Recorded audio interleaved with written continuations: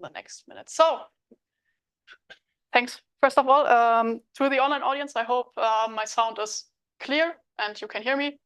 If not, I'm waiting for like 2 seconds. If no, chat will come in. You can hear me. 1, 2, perfect. So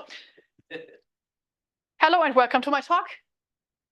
And we need to talk. We need to talk more, or even start to talk about mental health at work. And this is exactly my topic in which I want to talk and present to you today. But because Maurizio, correct? Yes. Maurizio didn't introduce myself. I just wanted to do this by myself because I think it's a good idea to have a moderator, but it's not a good idea if the moderator didn't really know me. That's the reason why I want to introduce myself. So just a few words about me. Full name is Veronika Betzel. No one calls me Veronika. Maybe my mom if I did something stupid or something which I shouldn't be allowed to. So Vero is just nice. Originally, I was getting to become a teacher. So I started studying it for mathematics and politics economy. And I wasn't really I didn't really like this. I taught and I didn't like it. And with vitamin B, I came through a student working job in QA in 2017. And then I ended my bachelor's degree because I wanted to have something in my pockets, just something. It was not sure what, but I just ended what I started. And then I was like, hey, can I work for you in full time? I didn't say to them that I don't want to be a QA forever. I just want to have money and work. And they said, yes, of course you can, because I was such a great person. So I started to become a full-time employee in 2019. Wasn't really good there. It was okay. It was a good start, but I wasn't really happy with it. So I changed jobs in 2022 and was a consultant till just September this year. And now I'm also a consultant, but what I do also, besides trainings, besides talks, I'm a trainer now. So I'm doing like CTFL courses, ISTQB, and so on for a company. They're called themselves Trendic.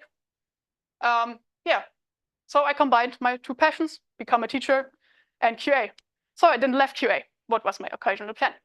And I'm happy about it. And yes, and if I'm not doing talks or trainings or something like this, in my free time, as you cannot unseen, I'm a volunteer firefighter. I'm a midfielder at a small fun soccer team. I like doing a lot of sports like calisthenics and CrossFits and a lot of other stuff, but these are my main things. And if I try to sit down and do something calmly, I like gaming on the PC. About me, about my talk. We're talking about mental health.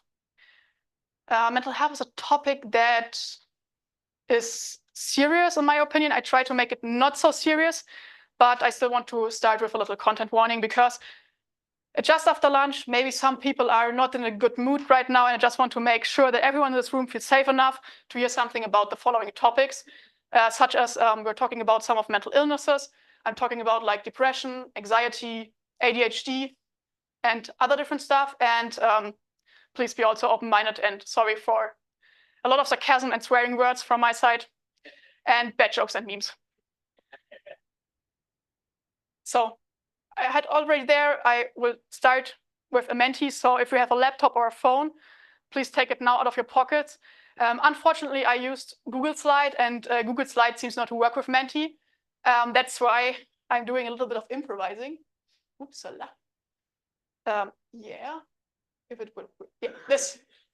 Please scan this QR code or enter menti.com and the code here. And then please answer the following question.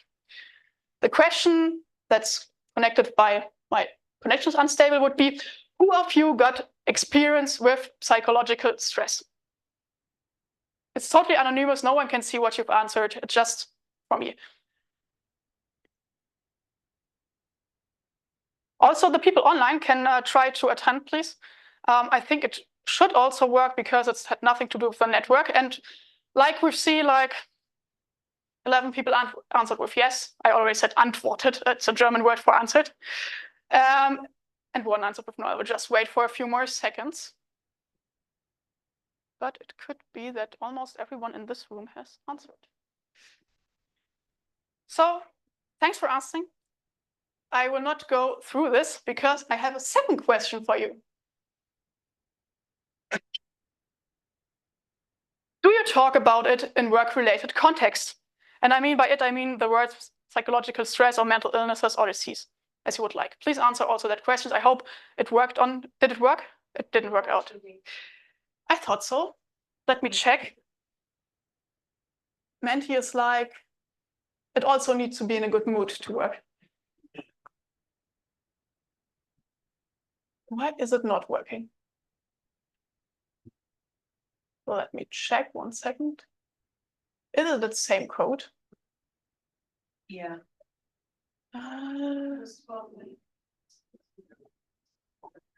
Yeah. Sorry? The previous question. Yeah. So they're using this to answer the other questions. I don't think we have many people in the room. No, we don't have, but we have online people. Let me check this. Otherwise, I will compromise a little bit. Show joining, no. As I said, I did this in the first time. Normally, I would have it included in the PowerPoint, but I don't have PowerPoint on my private laptop and I didn't want to pay for it. So I used Google Slides and it didn't work. I should have paid for it. So it's not changing. Am I correct? Correct. Yeah, we have perfect. We have entered reach of my presentation. Thanks, Mentimeter. Okay. I have found a bug at Mentimeter. That was not my goal, but we did it. So I think we will just continue. I'm sorry for this. What I wanted to show normally with this output, normally there's a really high gap in between people who have problems and people who talk about it. I've seen this a lot. I think it's the 3rd or the 4th time I'm doing this talk now. And at every variant or every case, I've held this talk in Austria, in USA 1 time, and in Germany 1 time. And every time I did this, there was like a gap. I would say like almost everyone has some issues or had to know psychological stress, and almost no one did talk about it in work-related context. And this is what I wanted to show you with the original Mentimeter. So sorry that it didn't work. I hope you still checked out or know what I want to show you. So I'm going to continue. Originally, I wanted to show you 3 slides why I want to talk about mental health at work or why this topic is important. I changed to 4 slides because I was said I have more time. I thought I just had 25 minutes, but I have more minutes to talk. So you have the pleasure to listen to me a few more minutes. And I want to show you now 4 slides why I think it is really important to talk about this topic. The first slide is about how many people are affected by mental health issues. 1 person in 8 worldwide lives with a mental health issue.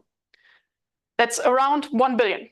So if you're looking around in this room and counting to 8, statistically, 1 person out of each 8 has an issue he or she or they maybe didn't talk about. First reason. Second reason, this is the question I tried to show you also with the Menti, and this is from a company in Germany. They are located in Berlin. They're calling themselves Shit Show, which I found is a really good name for this.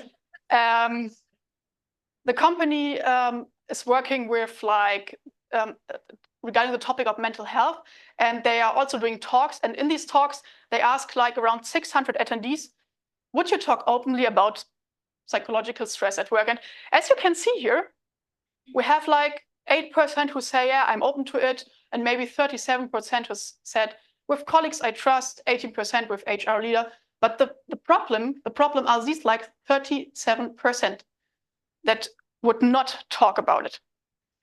And we can all agree, as I said, maybe it would be better to talk about it.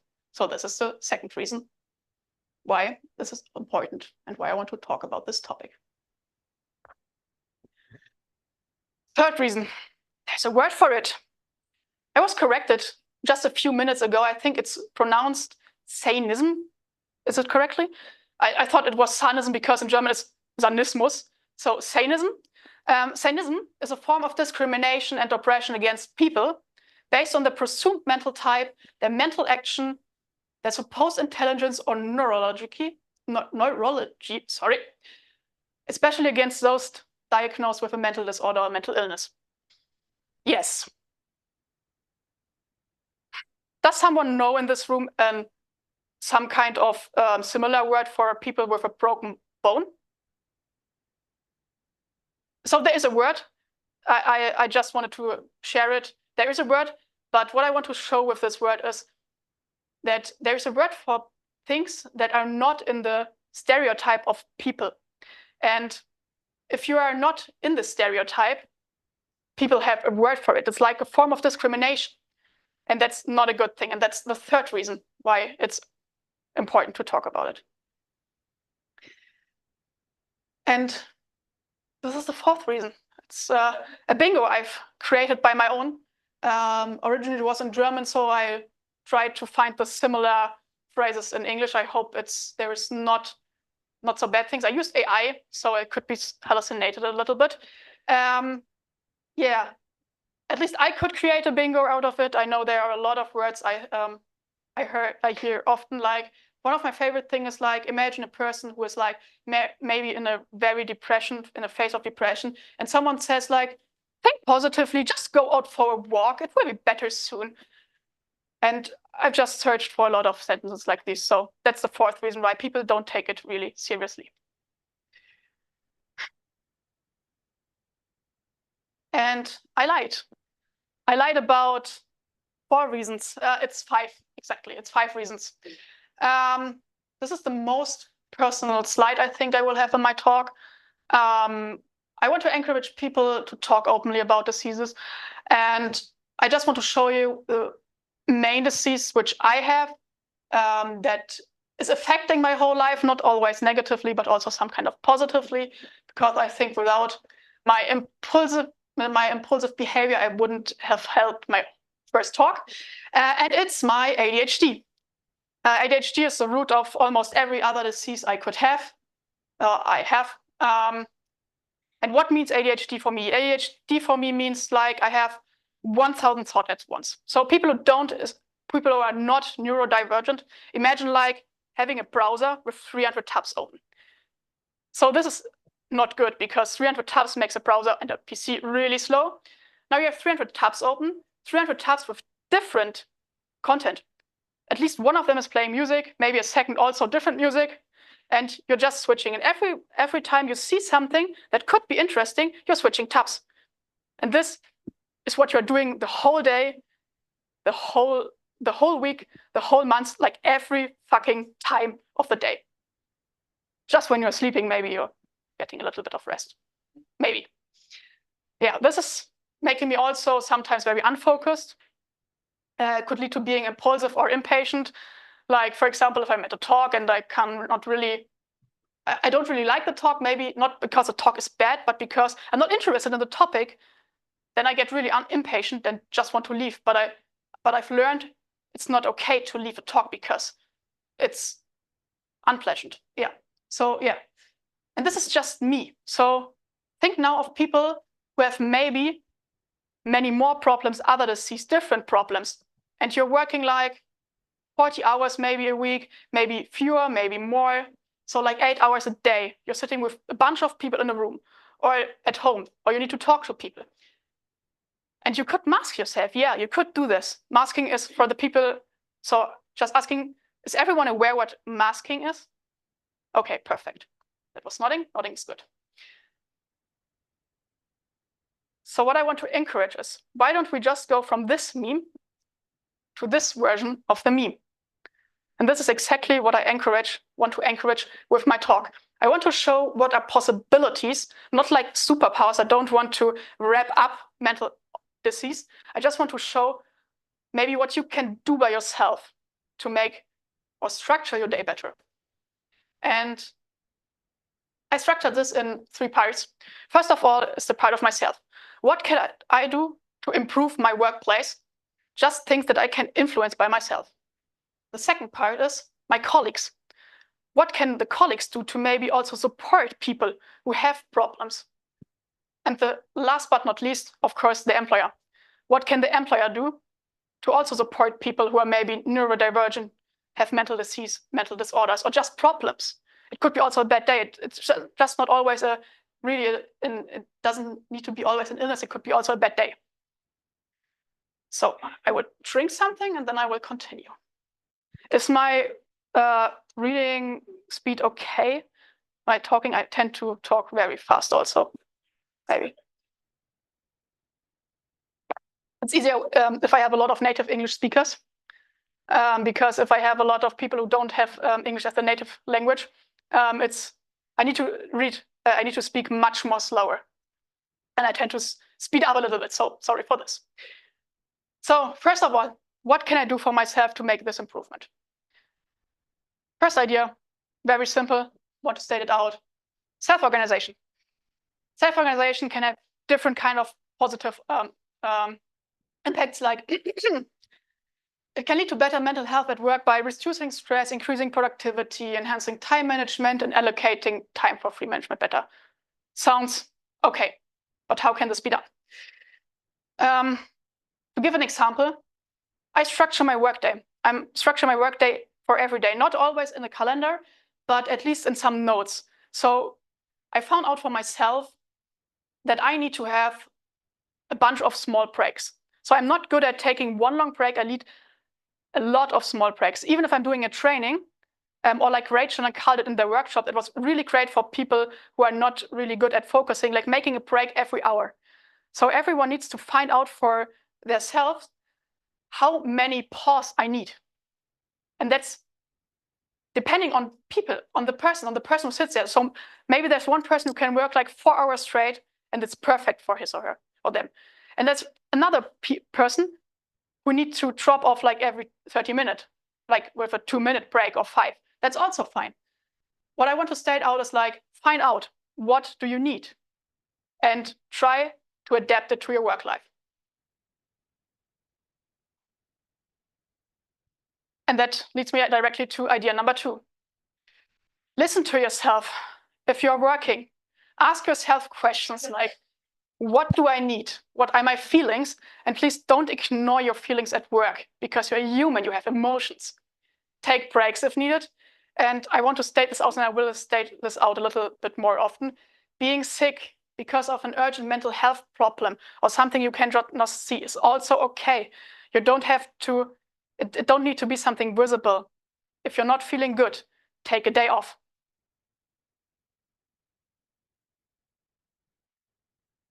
Idea number 3. It's not really an idea, but I want to state out why I pointed it out. I call it burnout versus bore-out, just to clarify a little bit more. Burnout is if you're working a lot. You're working so much that you're in a really in a state of extreme exhaustion. So it's really like the whole time, not just today, but like on a time period. And bore-out is like the opposite. So you're so bored that you don't know what to do. And what I want to point out with these 2 things, because they both have could have a bad impact on your mental health, is like you need to find the way in between these both. It is bad to be bore-out. It is bad to be burnout. So you need to find your own way in between these. For me, it's like, because of the ADHD, it's like easy to get burnout because I tend to put too much things on my plan, but I also get bored very easily because I'm not interested in things, and maybe because maybe the customer is maybe bad, I'm working as a consultant, I also tend to get a bore-out. So everyone needs to find this way in between bore and burnout, which the person can work for themselves. Yeah. So just to point it out again, they could have a negative impact on well-being, not just at work life, so it will also affect your personal things. Depression is a typical thing for both of them, for depression or burnout, for example. Yeah. And this leads me to idea number 4, or idea number 2 again. Just point it out again, because you need to find the way in between them. Listen to yourself, ask your questions, keep them in mind, and please don't ignore them.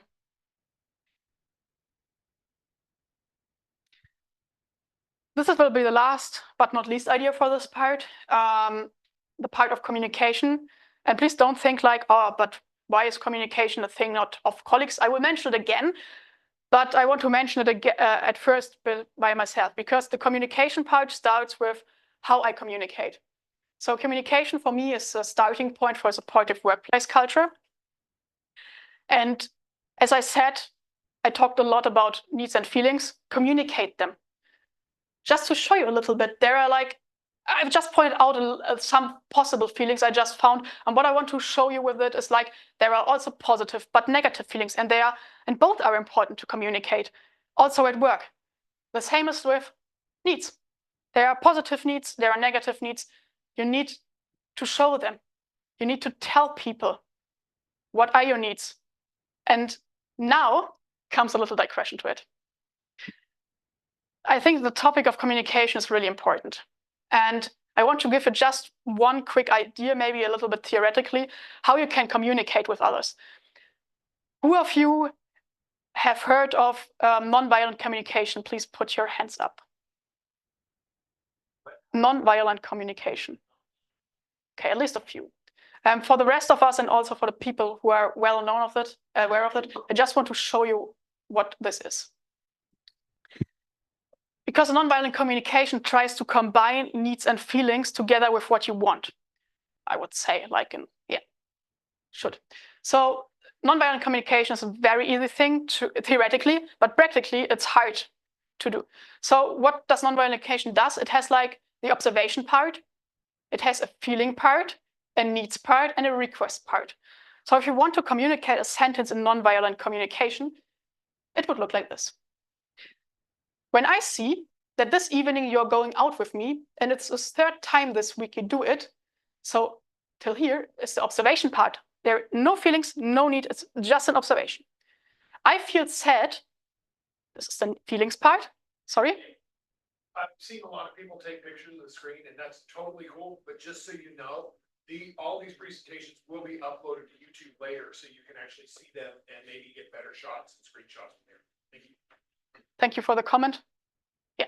So yeah, we have the feeling part here, and then would be the part I need company, meaning the need part, and then would be what you really want, the request.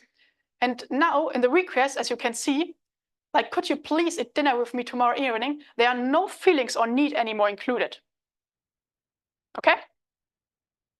Making it a little bit more practically. A lot of text, sorry, this will be the fullest slide, I promise, which I have.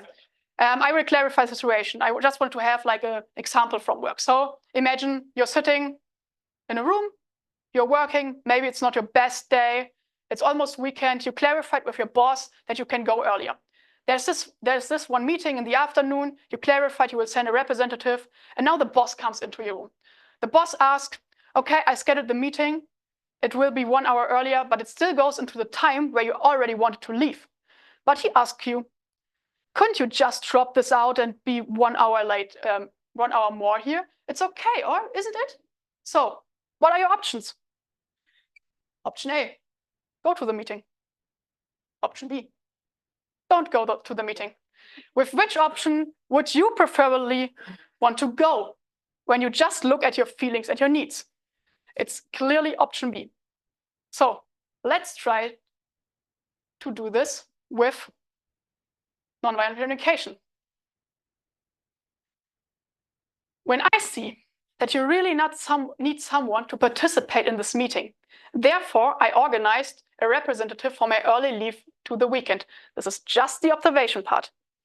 I feel tired from the week because I already did some overtime to complete some tasks. There you communicate your feelings, why you want to leave early. And there's a reason behind it. And now comes the need part. And I need some tolerance here because it's a boss. So you need to formulate it maybe like tolerance, not fuck you off. I need to let you fuck me off, something like this. So you also should use some words that are fitting. And now comes the request. Could you please ask my representative if he could go early in this meeting? I mean, if the boss is an asshole, he still would say no, but it's better to ask it like this, like, fuck you off, I'm leaving. You know what I mean? Theoretically, this is more for me than for you. It's a slide where I take a little piece of water and you can read the memes.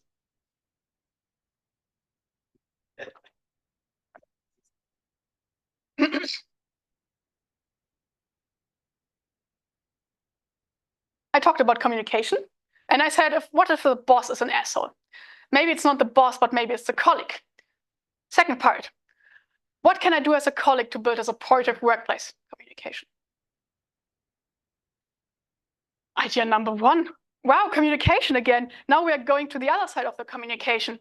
Because as we know, communication, as I said before, is a two-sided thing. So as said, I can communicate correctly, but what if the other person didn't understand what I want or don't want to understand what I want? And that's the other part. And how can supportive communication can be achieved? I start with the first one, and I see a lot of people already doing it. It's active listening.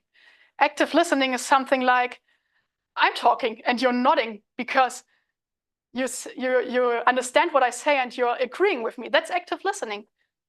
Active listening can be also if you don't interrupt me, if you have a question. For example, if you would raise your hand, it would also be active listening. But if you would just like, shut the fuck up, crying, shouting from around the corner, then it wouldn't be active listening. First strategy. Second strategy, setting boundaries. I just set a boundary. I said, don't shout at me while I'm talking. That's a boundary. So set boundaries and respect also the boundary of others. That's important. There's an example. If I want to prepare, for example, a talk, as I said, I'm getting really easily unfocused. So I need some real focus time. And if I'm normally doing that, I'm just turning off everything I have. If I'm doing it at work, I'm also turning off my message things at work, but I cannot turn off that someone can call me. So I tell them that they have to respect it. That's also a boundary. Non-judgmental attitude. Non-judgmental attitude. Imagine you're having daily, maybe at 10 a.m. in the morning, every day, and there's this one person. This one person always comes 5 minutes too late.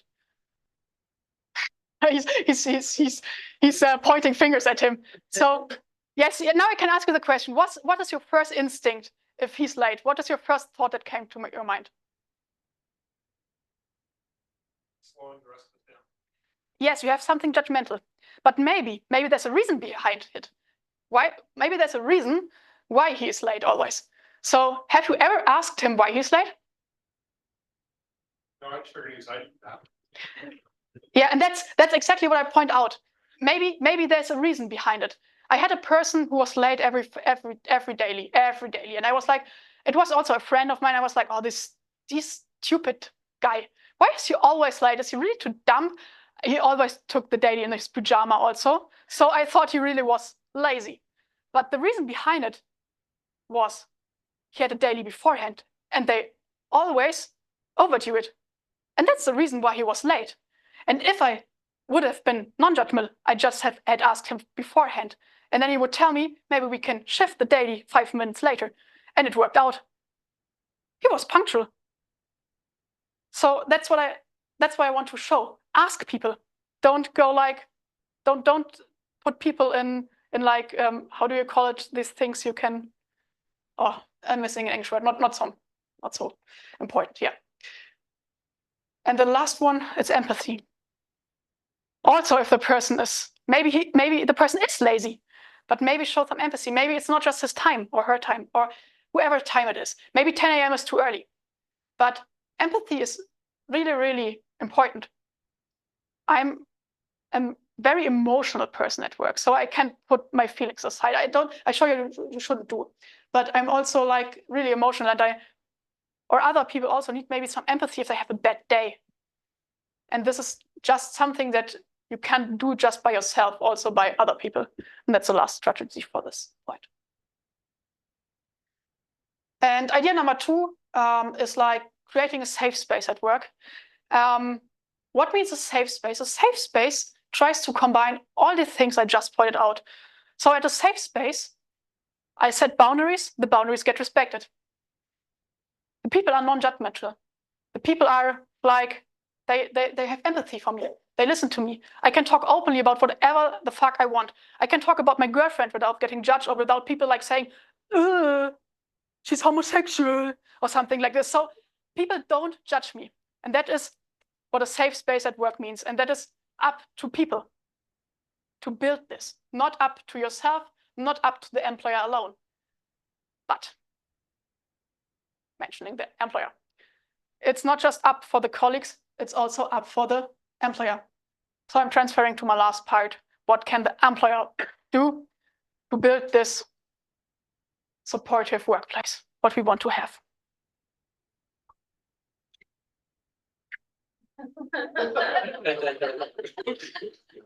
I really love memes. So first of all, because it is always a thing that someone says like, yeah, if I'm going to do something for mental health, it costs me money. And I just want to point out the first point because of this. For me, or in my opinion, it is not necessary to have an external involved, at least for a start. I'm standing here, I'm talking about mental health. So I'm doing something. And I didn't cost my employer, maybe work time, but not money that he had to spend. So that's why I point out, it is not necessary to have an external involved. One person can start, one person can just start. And this is, a beginning is better than nothing. Second thing, providing emergency plans and at least one person responsible for it. At my former companies, they were like a little bit bigger. So we had like external companies with psychologists, and we could just call them if we had a problem, no matter the day, no matter the time, like a help hotline, but a designated help hotline for our work. And that was a really good thing. I'm not sure if we have this now at my current company because it's much smaller, but what we have, and I really found this interesting, and I just found it out after reading it the third time, because we're having a meetup in January and we're doing a first aid course there. And there was like a first aid course for 2 days. And after the third reading, I found out the first day was like a first aid for physical things. And the second day was like a first aid for psychological things. And this is also something like providing help and emergency plans. And this is also just great to do something like this. Company values. Who of you have company values? Raise your hand. Did you use them? Raise your hand. Yeah, a little bit. The hands were like more like, The thing is, company values should be written down like on a Confluence page, but it does not help if they are just on a Confluence page.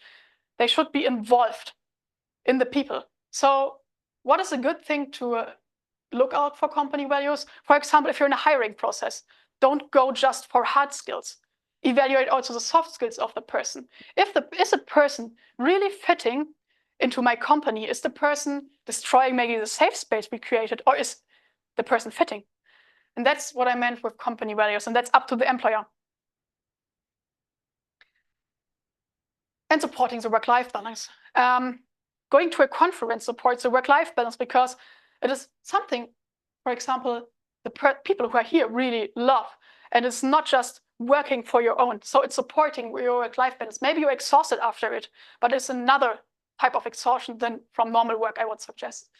It also means having maybe after work events, but it also means that your boss knows when he could call you and when you're out of office and respects it.